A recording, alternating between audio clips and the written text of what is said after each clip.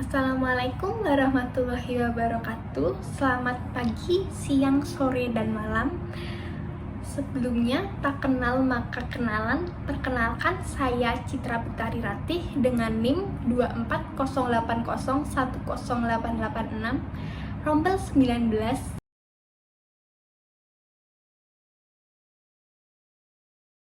Di sini saya akan membawakan materi mengenai perikatan, perjanjian, Schuld dan Haftung. Yang pertama ada pengertian perikatan. Menurut KUH Perdata pasal 1233 sampai 1456, perikatan adalah hubungan hukum dalam lapangan harta kekayaan di mana satu pihak berhak atas suatu prestasi dan pihak lain berkewajiban untuk memenuhi prestasi tersebut. Secara umum, perikatan adalah suatu hubungan hukum antara dua pihak atau lebih di mana satu pihak atau kreditur berhak menuntut sesuatu dan pihak lain atau debitur berkewajiban untuk memenuhi. Dalam perikatan ada istilah overeenkomst dan verbintenis yang diambil dari bahasa Belanda. Ada beberapa arti menurut para ahli. Di sini saya akan mengambil salah satu contoh dari Subekti yang mengartikan verbintenis sebagai perikatan. Sebagaimana yang sudah saya jelaskan tadi, verbintenis adalah suatu hubungan hukum antara dua orang atau lebih yang terletak dalam lapangan harta kekayaan, di mana pihak yang satu berhak atas sesuatu dan pihak lain berkewajiban untuk melakukan sesuatu. Sedangkan overeenkomst artinya perjanjian. Overeenkomst atau perjanjian adalah suatu peristiwa di mana seseorang berjanji kepada orang lain atau di mana dua orang saling berjanji untuk melakukan suatu hal.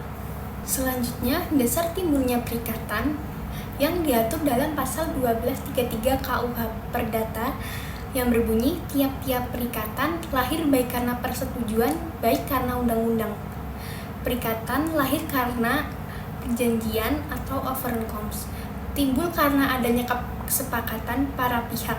Contoh kasus perikatan karena perjanjian, Haidar menjual motor kepada Ganta seharga 15 juta.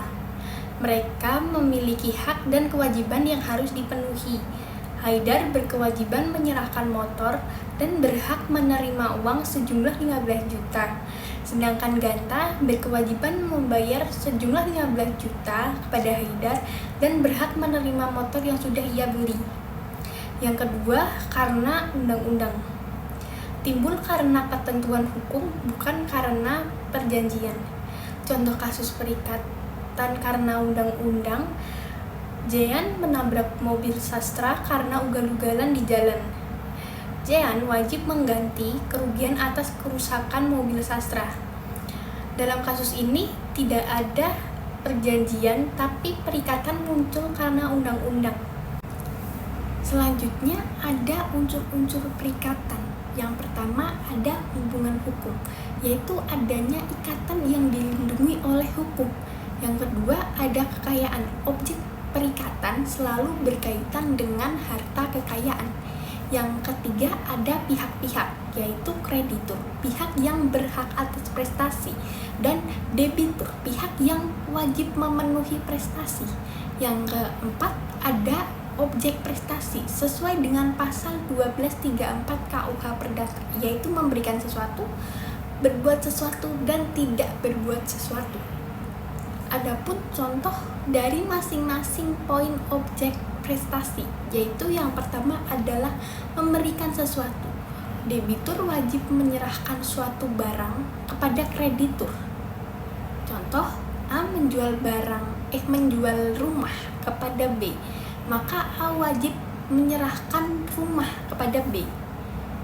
Yang kedua adalah berbuat sesuatu. Debitur wajib melakukan suatu tindakan atau pekerjaan tertentu. Contoh, C mengadakan perjanjian dengan D untuk operasi medis, maka C wajib melakukan tindakan operasi. Yang ketiga yaitu tidak berbuat sesuatu. Debitur wajib menahan diri agar tidak melakukan sesuatu. Sebagai contoh, E menyewakan rumah kepada F. Syaratnya F tidak boleh merombak bangunan tanpa izin. Selanjutnya ada jenis-jenis perikatan. Yang pertama menurut prestasi, yaitu memberikan sesuatu, berbuat sesuatu atau tidak berbuat sesuatu. Yang kedua menurut subjeknya, yaitu ada perikatan tanggung renteng dan perikatan dapat dibagi atau tidak dapat dibagi. Yang ketiga menurut sifatnya, ada perikatan bersyarat, perikatan dengan ketetapan waktu, perikatan alternatif, dan perikatan fakultatif. Yang keempat menurut sumbernya, ada dari perjanjian, ada dari undang-undang atau perbuatan melawan hukum, dan perbuatan yang diperbolehkan. Selanjutnya ada berakhirnya perikatan yang diatur dalam pasal 1381 KUH Perdata. Perikatan hapus karena 1. Pembayaran, 2. Pembayaran tunai yang diikuti dengan penitipan, 3. Penambahan utang atau novasi, 4. Perjumpaan utang atau kompensasi, 5. Percampuran utang, 6. Pembebasan utang, 7. Musnahnya barang yang terutang, 8. Batal atau pembatalan, 9. Berlaku syarat batal, yang 10. Lewat waktu atau daluarsa. Selanjutnya ada wan prestasi atau cedera janji. Debitur disebut wan prestasi apabila 1. Tidak memenuhi prestasi sama sekali. Contoh, A sepakat menjual motor kepada B seharga 15 juta. B sudah membayar lunas tapi A tidak pernah menyerahkan motor. A melakukan wan prestasi karena tidak memenuhi prestasinya sama sekali. Yang kedua, memenuhi prestasi tetapi tidak tepat waktu.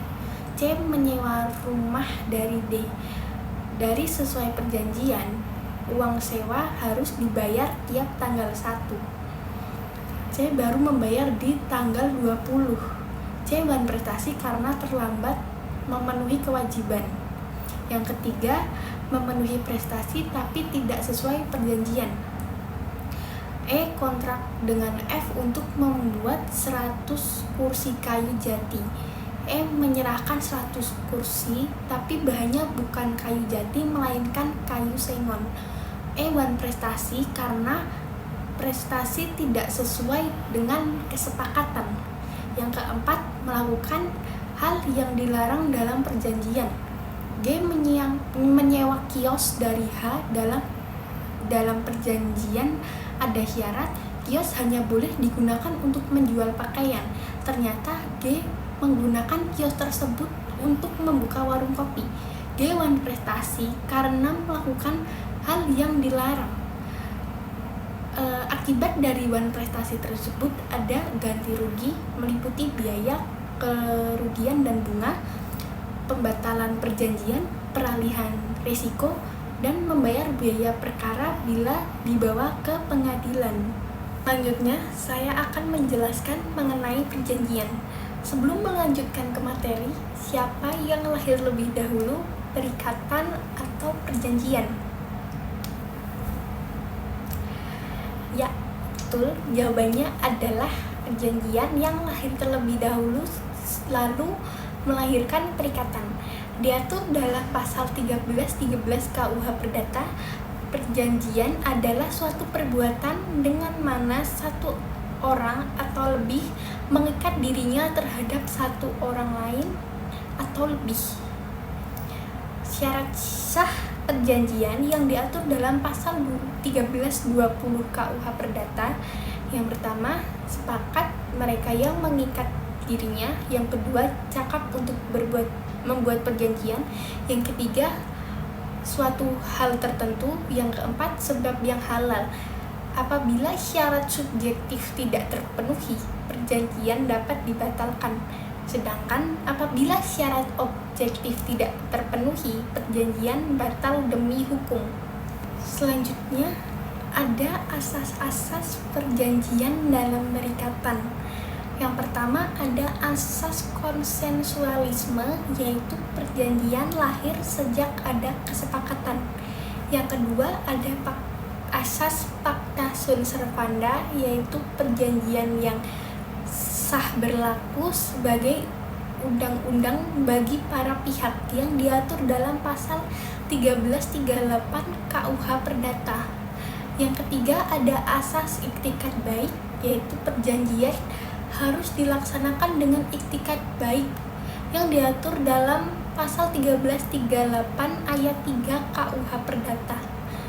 Yang keempat ada asas kebebasan berkontra, yaitu para pihak bebas membuat perjanjian apapun selama tidak melanggar hukum, ketertiban, dan kesusilaan. Yang kelima ada asas personalia, yaitu perjanjian hanya berlaku bagi para pihak yang membuatnya, yang diatur dalam pasal 1340 KUH Perdata. Selanjutnya ada jenis-jenis perjanjian. Yang pertama, berdasarkan sifatnya ada perjanjian sepihak, itu hanya satu pihak yang mempunyai kewajiban, contohnya adalah hibah. Selanjutnya ada perjanjian timbal balik atau kedua pihak mempunyai hak dan kewajiban, contohnya adalah jual beli dan sewa menyewa. Yang kedua ada berdasarkan namanya, yaitu perjanjian bernama yang diatur secara khusus dalam KUH Perdata. Contoh ada jual beli, pinjam meminjam, dan sewa menyewa. Selanjutnya ada perjanjian tidak bernama yang lahir dari praktik dan asas kebebasan berkontrak. Contoh ada franchise. Yang ketiga berdasarkan lahirnya, yaitu perjanjian konsensual atau sah sejak ada kata sepakat, contohnya adalah jual beli.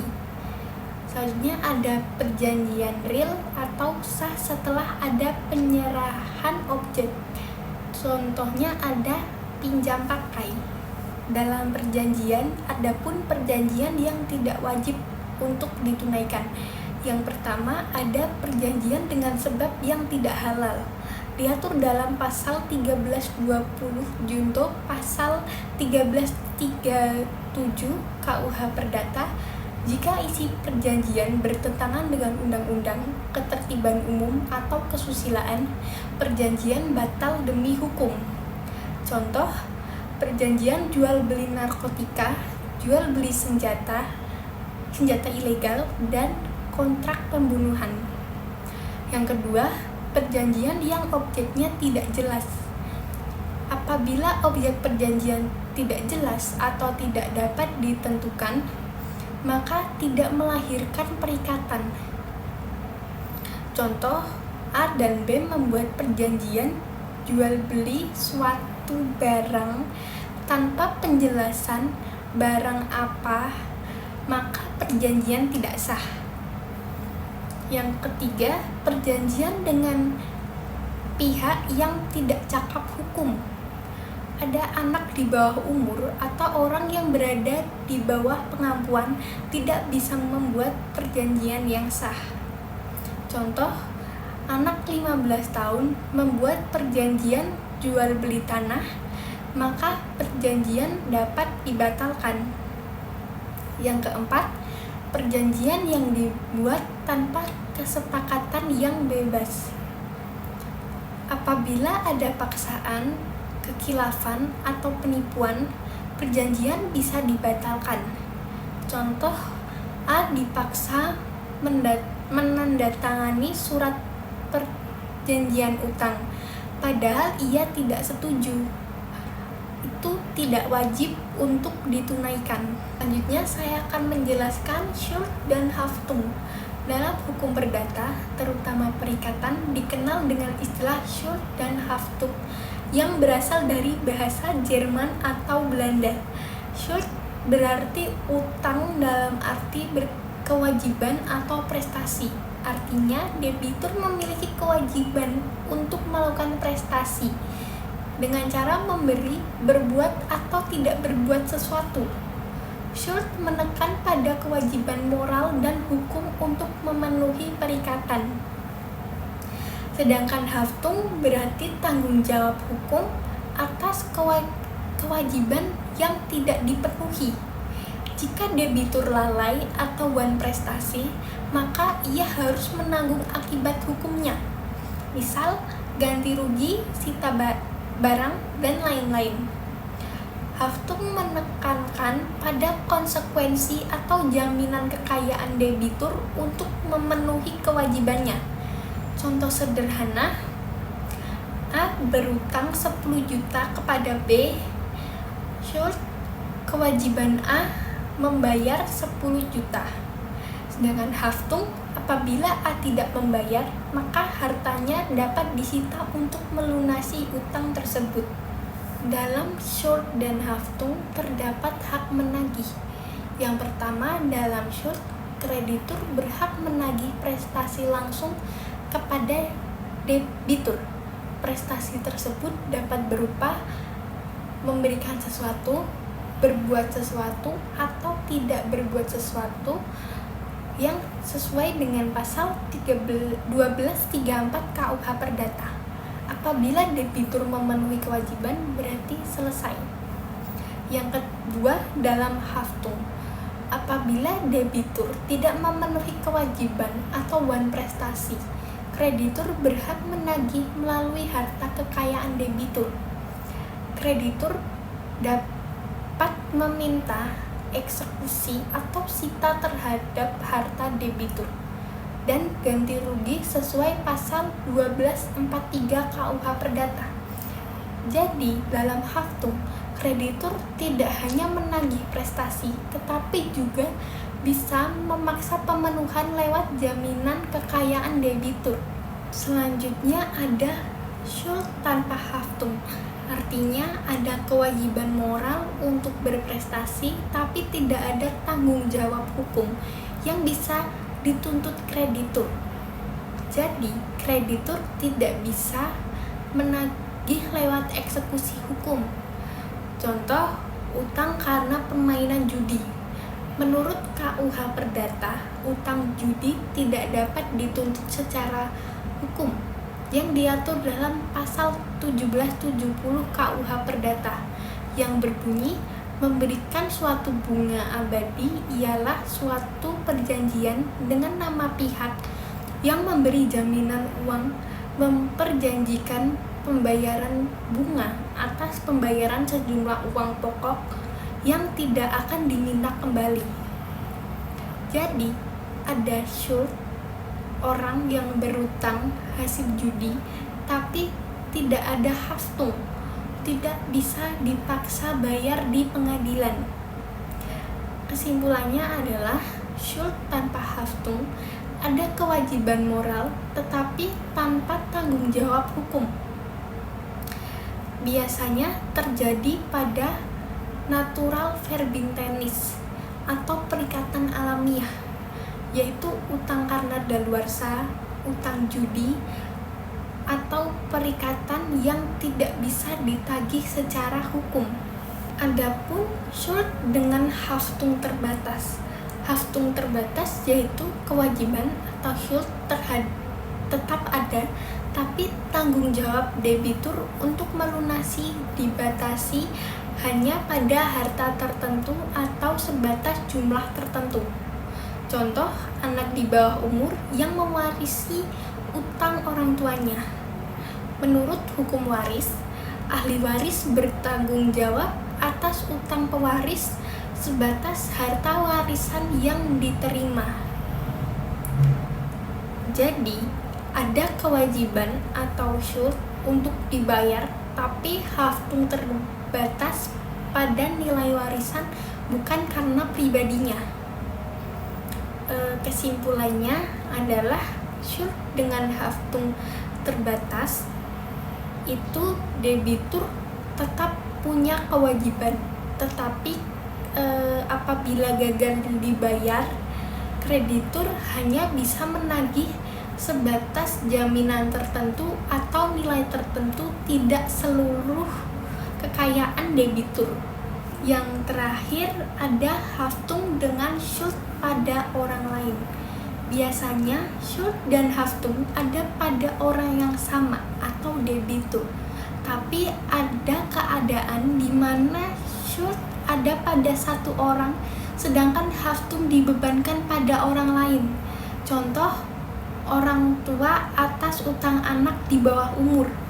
Anak membuat perikatan atau Schuld ada pada anak, namun karena anak belum cukup hukum, orang tua atau wali yang bertanggung jawab atau Haftung. Kesimpulannya, Haftung dengan Schuld pada orang lain itu kewajiban atau Schuld ada pada pihak A, tetapi tanggung jawab hukum atau Haftung untuk melunasi bisa dibebankan pada pihak B. Sekian materi yang dapat saya sampaikan, kurang lebihnya mohon maaf. Wassalamualaikum warahmatullahi wabarakatuh.